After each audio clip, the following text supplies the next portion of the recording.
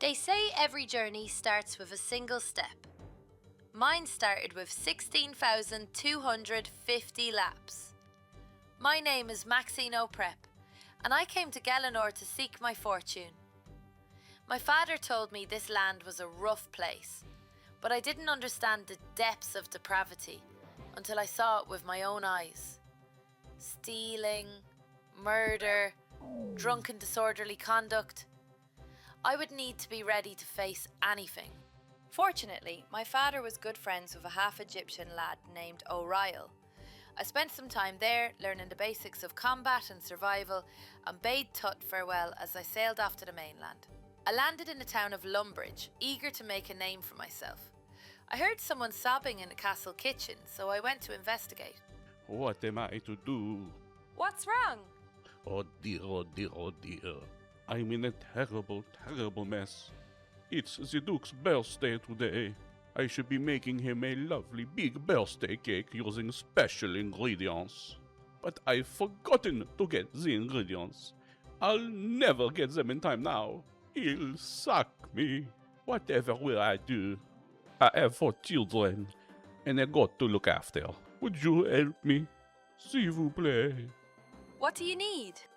Just flour and eggs. You can get them just up the road. It won't take more than 2 minutes. As he spoke, I felt a keen sense of dread in the pit of my stomach. With sudden horror, I realised, I'm not ready! It's really just a simple errand. Ah, she's gone. I fled to the chapel across the road and prayed for guidance.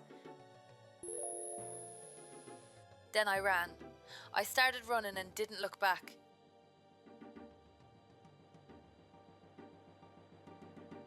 When I gathered my senses, I was in a village populated by wee folk called gnomes. I noticed they had an obstacle course for training, so I approached the gnome in charge. Hello, my name is Max. I desperately need to become stronger. I'll say, you look like stiff breeze blow you over. No time to waste, hop on that log and go immediately. Go, go, go. Now run that log, stay on that line, keep your balance. Jump, down, go. You did good, kid. You know, if you really wanted to train properly, all across Geilenor are agility courses to help train those namby-pamby adventurers. Great way to build stamina. My goal was set before me. I would be able to outrun and outlast any monster or fiend I came across in my journey. So I started to run again. I ran across the rooftops in Draenor. I ran in Alcarid, Farak, not Canifis. It was too spooky. Falador, the Seer's village, Paul Nivnich and Rileka until I finally conquered the roofs of Ardoin. Along the way, I earned a bit of money recovering artifacts for a strange man in the desert. The whole time I was running, mysterious marks appeared on the paths in front of me. I collected them because they seemed important. Turns out there was a crime den in Burthorpe where a lady named Grace resided. She was the one leaving the marks behind as some sort of endurance test. I traded them to her for an outfit that made me feel light as a feather. It wasn't exactly my colour though. Grace mentioned there was a woman on Karamja that could help me. What she didn't mention is that I would have to run through hell to get her to dye my outfit. I did it anyway. As Jackie dyed my clothes, Captain Izzy eyed me up and down. Well, lass, you look like you could run to the peak of Mount Caraloom and back. In fact, I don't reckon I've seen as many as fit as you.